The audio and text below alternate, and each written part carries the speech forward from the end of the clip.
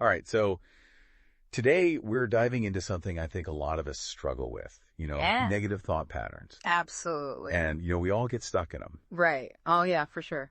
And I know you sent over some really fascinating research on this topic. Yeah, there's a lot of interesting stuff out there. And, I'd love to kind of pick your brain about it a little bit. Yeah, happy to. As someone who, studies this stuff, like, what's the biggest thing that stands out to you? When you think about these negative thought patterns. What's wild is how incredibly common they are. Oh, yeah. Like, we often think we're alone in experiencing them. Right. But the reality is, like, pretty much everyone has them at some point. Mm-hmm. The key is that we need to, Right. recognize them Right. and try to understand how they work, because they can really have a big impact on Yeah. our overall well-being, Oh, absolutely. our mood, Yeah. our relationships, like all sorts of things. I mean, and it's true. I think, I was reading through some of this research and I was like, Yeah. oh my gosh, like I do this and I do this. And it's just so fascinating. Right. One of the things that really stood out to me was this concept of thought traps.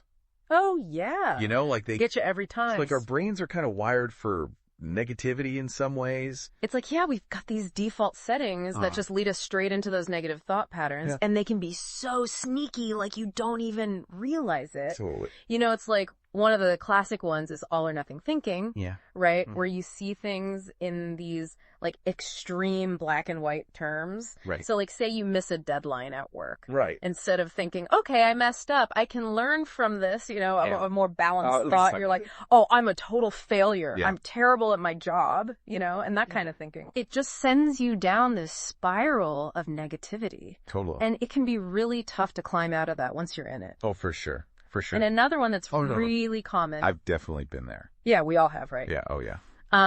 But another one that can really get us is something called personalization, Oh, interesting. where you automatically blame yourself for things that are totally outside your control. Yeah. So like say your friend is in a bad mood and you automatically assume it's because of something you did, Oh, yeah. even though you have no evidence to support that. Mhm. It's just this automatic thought pattern that jumps in and it's like, oh, it's gotta be me. Right. Right. I must have done something wrong.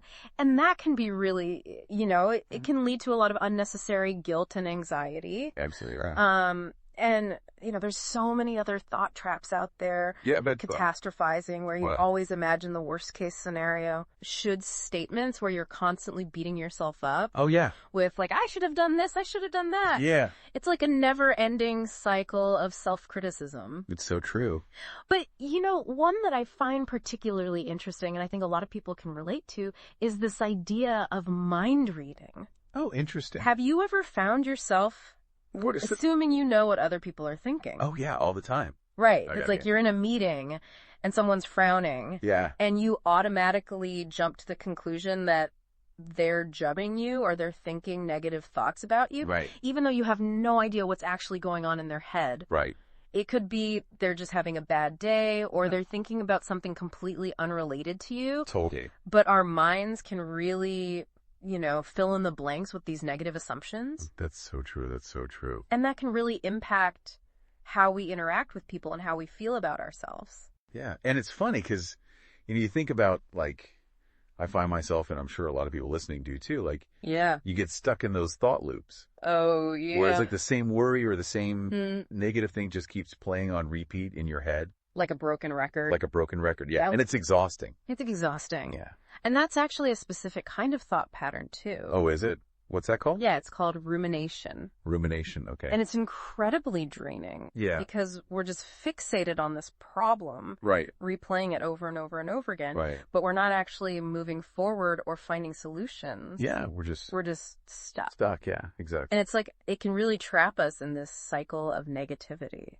Yeah. And it feels like, those negative thoughts, they just have so much power They do. over us, They do. It's like, why are we giving them so much space in our heads? The good news is that we don't have to. Right. Like, they don't have to have all the power, Right. We can learn to challenge them, to question them, to reframe them. Yeah. And it all starts with awareness. Oh, that's so important. Like simply noticing those patterns, those automatic negative thoughts, that in itself is a huge step in the right direction. That's a win. Yeah. It's a huge win.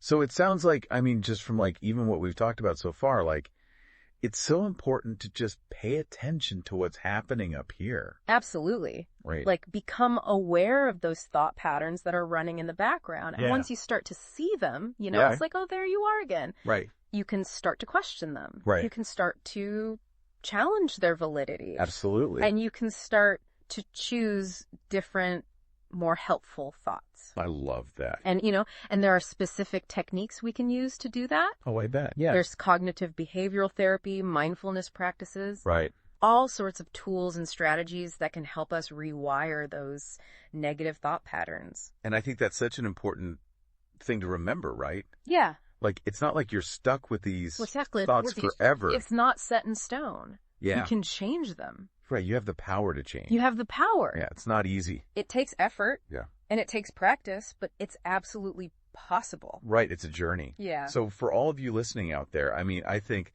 what's so cool about this is that, like, just by listening to this conversation, you're already starting to become more aware Exactly. of your thought patterns. You're planting that seed of awareness. Yeah. And that's what it's all about. And it's so powerful. And so as we sort of wrap up this deep dive, I just want to really encourage you all to, like, Yeah.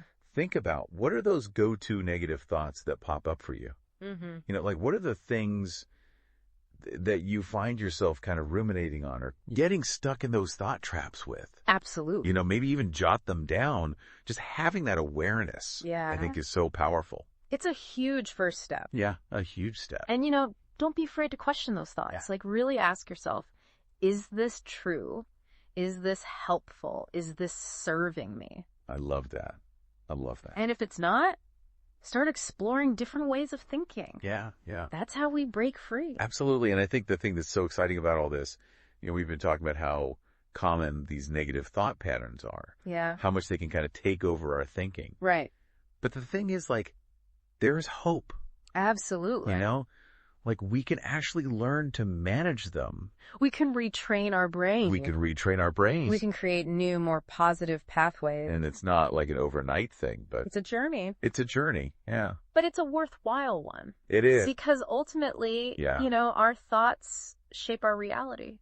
So if we can change our thoughts, we can change our lives. Absolutely. Well said. Well said. And on that note, Yeah. I think it's important to remember that this journey of self-discovery and personal growth, it's unique to each individual, right? Totally. There's no one-size-fits-all approach. Right. What works for one person might not work for another. Right. So it's about finding what resonates with you, Yeah. experimenting with different techniques, and being patient with yourself along the way. Absolutely.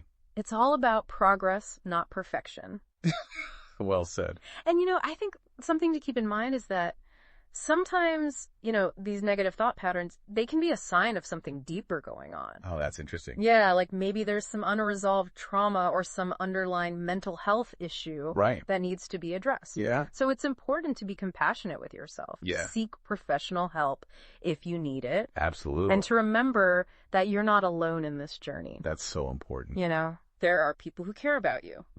There are resources available. Absolutely. And there's always hope. That's a great message to leave everybody with. Yeah, I think so. Well, thank you so much for joining me today. It's been a pleasure. This was a fantastic conversation. Yeah, thanks for having me. And to all of you listening, keep those thoughts in check. Be kind to yourself.